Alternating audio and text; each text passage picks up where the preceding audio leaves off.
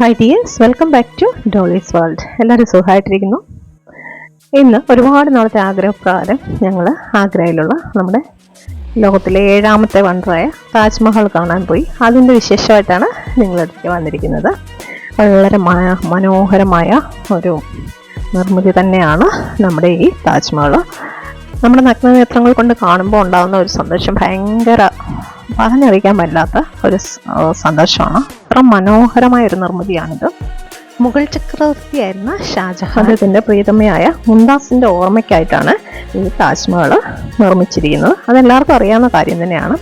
AD 1631 ഇതിൻ്റെ നിർമ്മാണം ആരംഭിച്ചത്. 1653 22 വർഷം 20,000 ജോലിക്കാർ അഹമ്മദ് ലാഹോറിയുടെ നേതൃത്വത്തിലാണ് ഈ ഒരു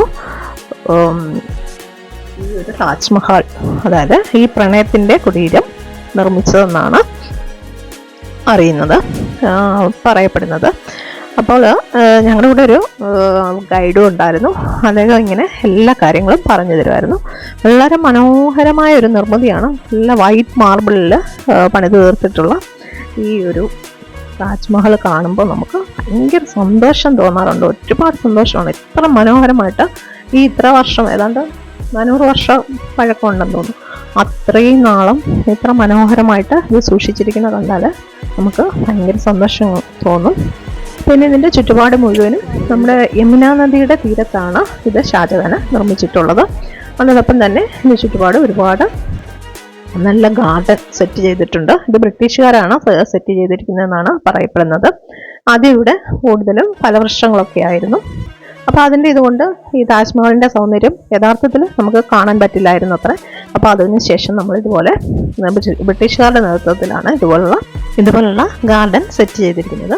വളരെ മനോഹരമായ ഒരു കാഴ്ച തന്നെയാണ്. നമുക്ക് സത്യം പറഞ്ഞാൽ കഴിവുണ്ടെങ്കിൽ തീർച്ചയായിട്ടും നമ്മുടെ ഒരു ജീവിതത്തിൽ ഇത് കണ്ടിരിക്കുന്നത് വളരെ നല്ലതായിരിക്കും. ഏതാണ്ട് നമുക്ക് ഓൺലൈൻ വഴി ഇവിടെ ടിക്കറ്റൊക്കെ ബുക്ക് ചെയ്യാവുന്നതാണ്. ഏതാണ്ട് 40+200, 40 എന്ന് പറഞ്ഞാൽ നമുക്കവിടെ ദൂരെ നിന്ന് കാണാൻ പറ്റും. പിന്നെ അകത്ത് കയറണമെങ്കിൽ 200 രൂപ കൊടുക്കണം.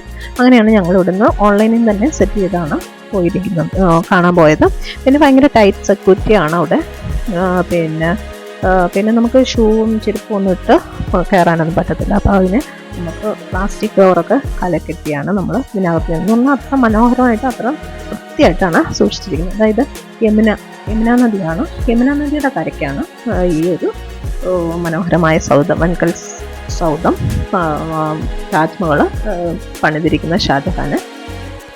അതിൻ്റെ ഓപ്പോസിറ്റ് സൈഡിലായിട്ടാണ് ആഗ്ര ഫോർട്ട്, അതായത് ഷാജഹാനൊക്കെ താമസിച്ചിരുന്ന ആഗ്ര ഫോർട്ട് കാണാം. അവിടെ നിന്ന് നോക്കിയാൽ കാണാവുന്ന രീതിയിലാണ് ഈ ഒരു സൗധം പണിഞ്ഞിരിക്കുന്നത് എന്നൊക്കെയാണ് പറയപ്പെടുന്നത്. അതായത് അദ്ദേഹത്തിൻ്റെ അവസാന നാളുകളിലും ഈ അത്രമാത്രം പ്രണയ തീവ്രത അദ്ദേഹത്തിൻ്റെ പ്രിയതമയോട് ഉണ്ടായിരുന്നത്രേ. അപ്പോൾ ദൂരം നോക്കുമ്പോൾ കാണാം, കണ്ടോ, റെഡ് ഫോർട്ടാണ്, ആഗ്ര ഫോർട്ടാണ്. ആഗ്ര ഫോർട്ടിൽ നിന്ന് അവിടുന്ന് ഒരു ജാലകത്തിൽ കൂടെ നോക്കുമ്പോൾ ഈ ഒരു താജ്മഹൽ കാണാമേ. ഏതാണ്ട് 42 ഏക്കറോളം വിസ്തൃതിയുള്ള സ്ഥലത്ത് അതിൻ്റെ കേന്ദ്രഭാഗത്താണ് ഈ ഒരു സൗധം, അതായത് ഈ ഒരു ശവകുടീരം സ്ഥിതി ചെയ്യുന്നത്. അനേകായിരങ്ങൾ ഓരോ ദിവസവും ഇവിടെ വന്നെത്താറുണ്ട്. അപ്പോൾ അതിൻ്റെ മനോഹാരിത എന്തുമാത്രമാണെന്ന് നമുക്ക് മനസ്സിലാക്കാം. ലോകാത്ഭുതങ്ങളിൽ ഒന്നാണ്, ഇന്ത്യയുടെ അഭിമാനമാണ്. അതുകൊണ്ട് പ്രണയത്തിൻ്റെ അടയാളമായ ഈ ഒരു വെൺകൽ ശില്പം ആരുടെയും മനസ്സിൽ നിന്ന് മായാത്ത ഒരു ഓർമ്മയായി എന്നും നിലനിൽക്കുന്നു. ഈ മുംതാസിൻ്റെ ശവകുടീരത്തിനടുത്ത് തന്നെയാണ് ഷാജഹാനെ അടക്കിയിരിക്കുന്നത്. എന്തായാലും വളരെ മനോഹരമായൊരു കാഴ്ച.